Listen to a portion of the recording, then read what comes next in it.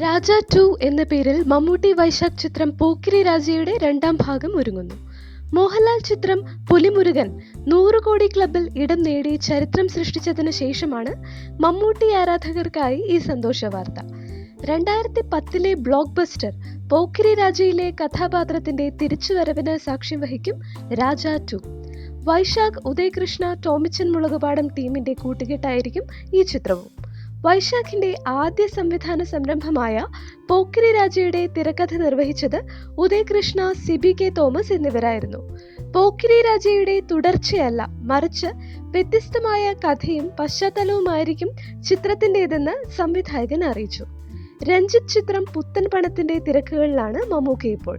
The great father, Peranbu എന്നിവ കൂടാതെ Shyamdhar, Ajay Vasudev, Shafi, Sethu, Nadir Shah എന്നിവരുടെ ചിത്രങ്ങളും സേതുരാമയ്യർ സീരീസിന്റെ തുടർച്ചയുമെല്ലാം പ്രേക്ഷകർ കാത്തിരിക്കുന്ന മമ്മൂട്ടി ചിത്രങ്ങളാണ്.